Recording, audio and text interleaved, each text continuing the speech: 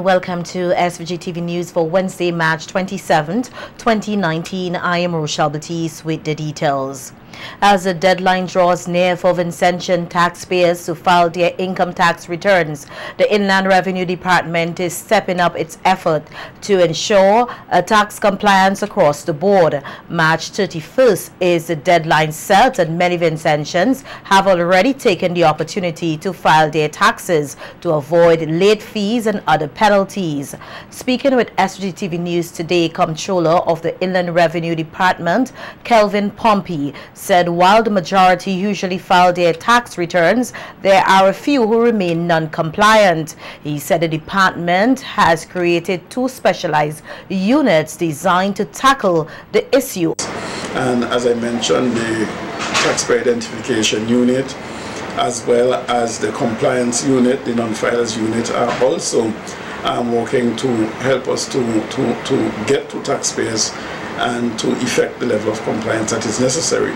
We have also put in place a unit that is responsible for engaging the taxpayer and continuously and for making sure that taxpayers and their issues are dealt with. And we have persons now whose responsibility it is to walk along with businesses, deal with their issues and queries on a timely and proactive basis, so as to make sure that their issues don't drop through the cracks as they sometimes will, and that responses and information are sent out on a timely basis. And that's our client relations unit, we call it. And their sole aim is to ensure that there's good relationship between the department and the taxpayers. The collection of arrears is another issue of concern for the department, and Pompey said they have also created a dedicated team to deal with this issue. He highlighted the rules and regulations the team is guided by under the laws of SVG. So we have a hard-working and a proactive and a robust arrears management team. And we are working, sending out the notices, calling taxpayers. Of course, persons who have arrears and who do not come in and voluntarily pay them expose themselves to the department in enacting provisions under the Income Tax Act, including garnishment of funds in financial institutions and from third parties. And so if you are being contacted and you refuse to come in and make arrangements to settle or settle in full, the department would then elevate the case up to the level of enforcement, where we either would do garnishing or also we would pursue the matter all the way to the courts. Because as I speak, we do have a list of taxpayers that we are working along with the DPP's office to ensure that we have all the necessary documentation and evidence to carry forward a case. And we hope that before second quarter that we will be seeing persons being prosecuted for tax or non-compliance in terms of paying their taxes. The Inland Revenue Department Comptroller said property tax is another area of concern. He said the department stands ready to work along with homeowners who are struggling to pay their taxes. And especially for property tax homeowners, I want to make a special appeal to you. We are not satisfied with the levels of compliance with regards to property taxes, and would be this year also taking the necessary action, which means that we can levy on assets within the house or owned by the homeowner, or we can levy on the property itself to recover the outstanding taxes. But I believe that there are quite a few persons who have large arrears balances or haven't paid for a while and are afraid to come in. And I want to encourage you to visit the department. There are provisions under the law where the department can waive some of the interest that's outstanding, and we can then set up payment schedules. You don't have to pay all the taxes at the same time. In other news, the Chatibele Smart Hospital and Clinic was officially opened yesterday, which will serve as a secondary and primary healthcare facility to residents and those of surrounding communities. The upgrades to the facility is seen as part of a healthcare service revolution taking place in SVG. Larissa Pugsley-Kidd tells us more in this report. The $2.7 million health facility at Chatibele has new doctors' offices, counseling rooms, as well as improved patient waiting area. Speaking at the opening ceremony for the Smart Hospital and Clinic yesterday afternoon, Health Minister Luke Brown said many improvements have been done on the facility that will ensure easy access to healthcare services in Chatibele for its residents and those of surrounding communities. Improved service delivery areas. So you have an improved space for accident and emergency and an asthma bay. You have a new pediatric maternity wing. In fact, there was never this part of the building here, you know. This is a new addition.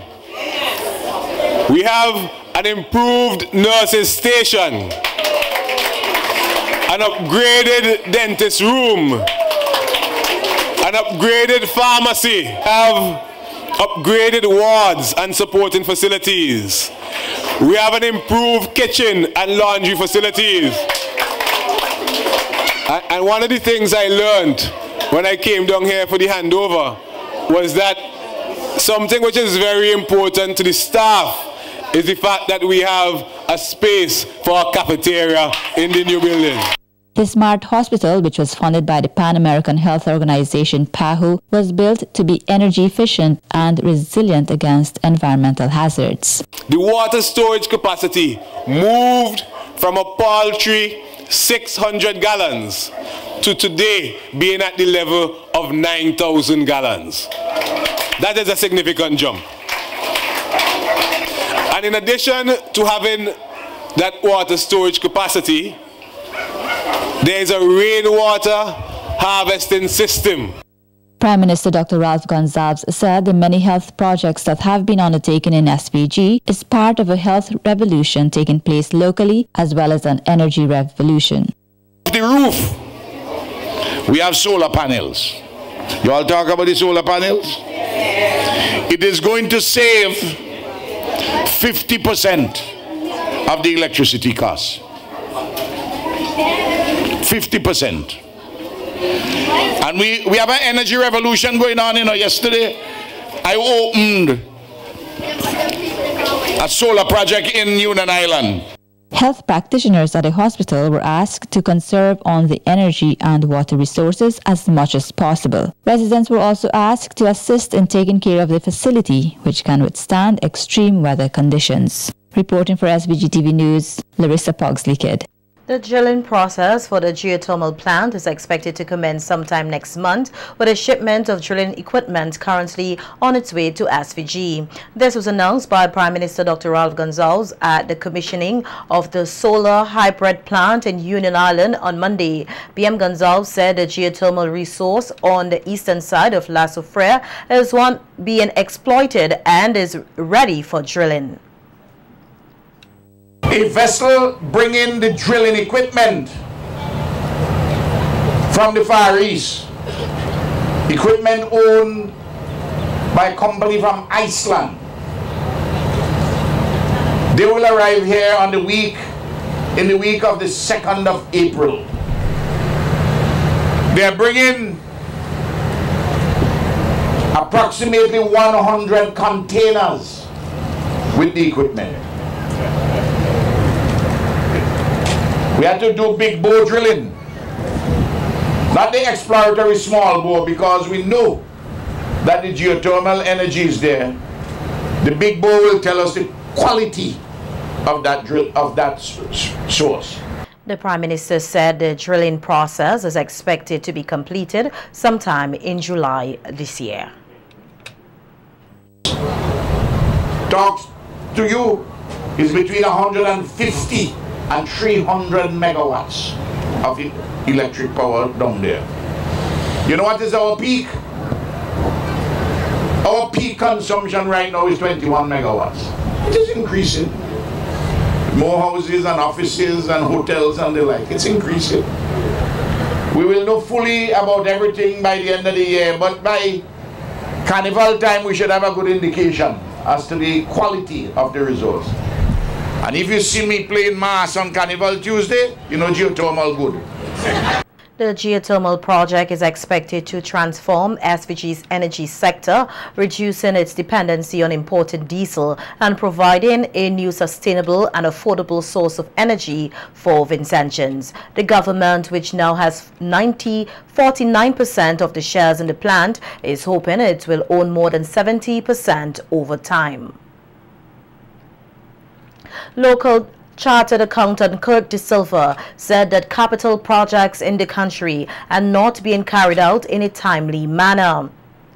This, he said, may impact negatively on the country's employment rate. De Silva was at the time speaking at a recent discussion hosted by First Citizens Investment as part of its annual review of the national budget. The problem with our capital projects, though, is our rate of implementation. Over the years, St. Vincent has had very low rate of implementing our capital projects. I didn't go into the reasons, but take for example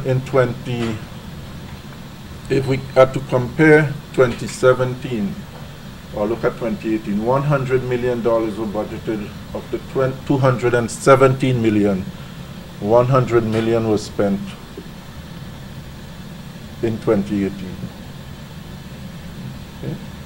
A fairly low figure, and this has plagued St. Vincent. And you have to look at it in the context of its impact, because if the budget is presented and we are looking at capital projects, what jumps out at you is the fact that there will be more employment and so forth, an injection of more money into the economy.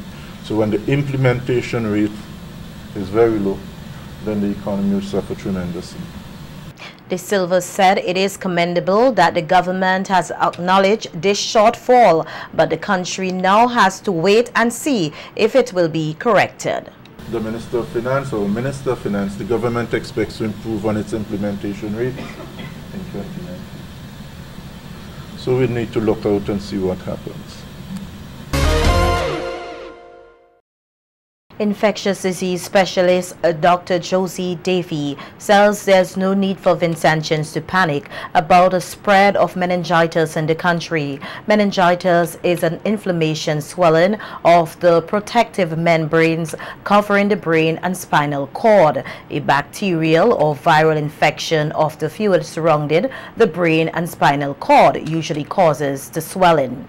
A release from the Ministry of Health dated March 21st confirmed one case of bacterial meningitis, with the ministry initiating the relevant actions to protect the safety of the public.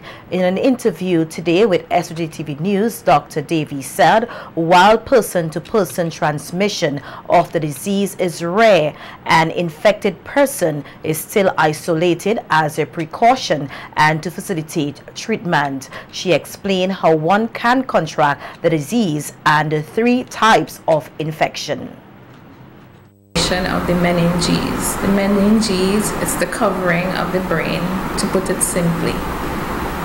So this disease can be contracted in a few ways, and there are a few causative agents of meningitis.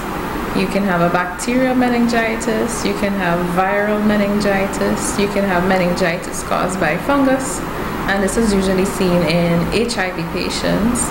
Or you can have aseptic meningitis, meaning that there is not a bug causing it, not a germ, but it's just plain old inflammation of the brain.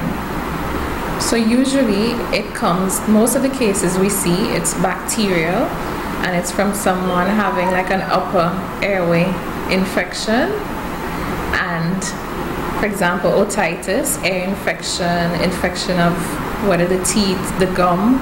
These can lead to the spread of this organism to the covering of the brain, which is meningitis. Dr. Davey said without treatment, the disease can be fatal, and explained the treatment a patient undergoes. Then you give antibiotics, high dose antibiotics. If it's fungal meningitis, then you would administer an antifungal, one such as amphotericin B or fluconazole. If it's a septic, you would still give antibiotics because you don't know if it's that the test didn't pick up the bacteria, and you would also give an agent to reduce the inflammation, the swelling, which is usually a steroid. Depending on the type, the cause of the meningitis, it can be very fatal. In the case of bacterial ones, we can see up to a 50% fatality. In the case of fungal ones, I think they're even more dangerous. If the right agent is not administered, you can see up to 70% of fatality. Well, everyone should always keep calm, that's my motto. And meningitis is quite rare. It doesn't happen very frequently. It has to be that that person is home symptomatic for a very long time without treatment. Because once you start therapy at the appropriate time, we expect good results in these modern days. The infectious disease specialist is advising persons to seek medical attention if they have unusual symptoms and explain what data medical personnel will collect. Well, first of all, everything starts off with a good history. Did you travel? Is there a possibility that you picked up something rare? After the history taking, then you have the physical examination. When it comes to neurology, there are specific tests we do, Kerning's, Brudinsky. We check all of your reflexes. And in the case of suspicion of meningitis, we would do a lumbar puncture. This is where we take some fluid from your back, some cerebrospinal fluid, and we would send it to the lab, to the microbiology department for testing. And there they can identify if there's any bug growing in that fluid, because that fluid is sterile normally. Not painful? No, not very. We administer some local anesthesia and then we go in and take the fluid.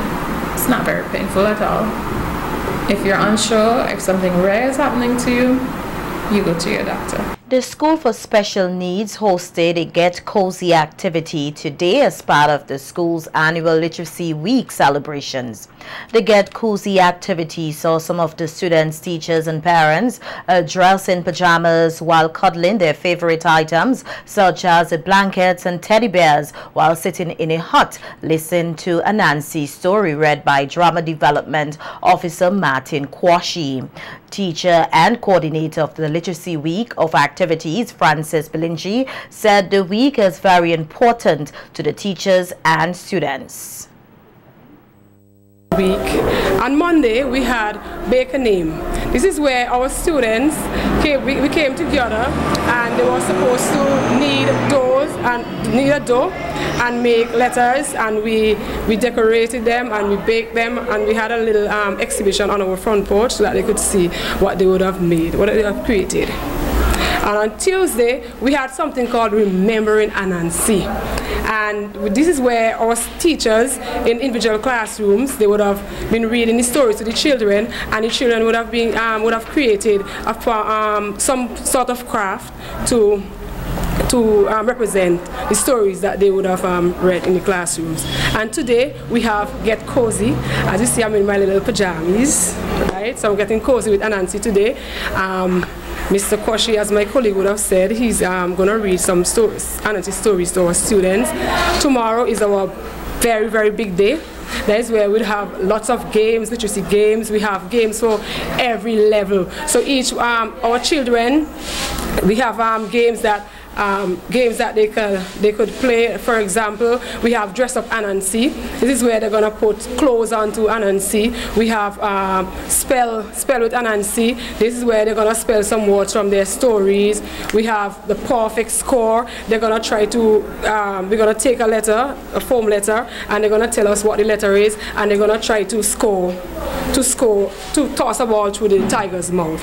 So these are some of the things that we're gonna have, and if you're here listening to us, please come out and you can be part of us.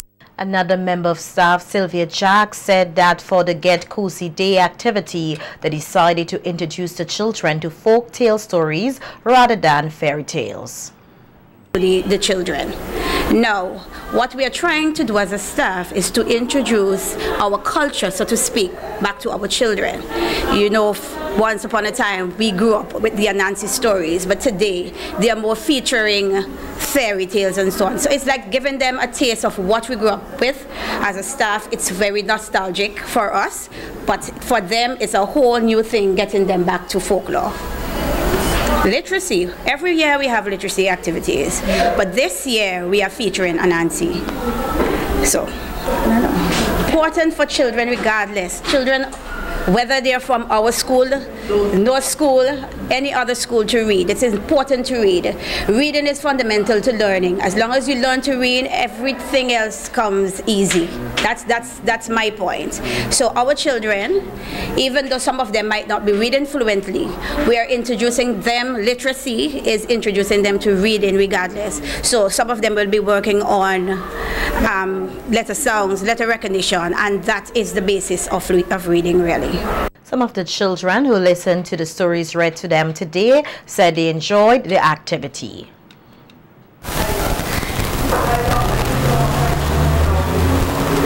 I like drawing, photo, and Bible.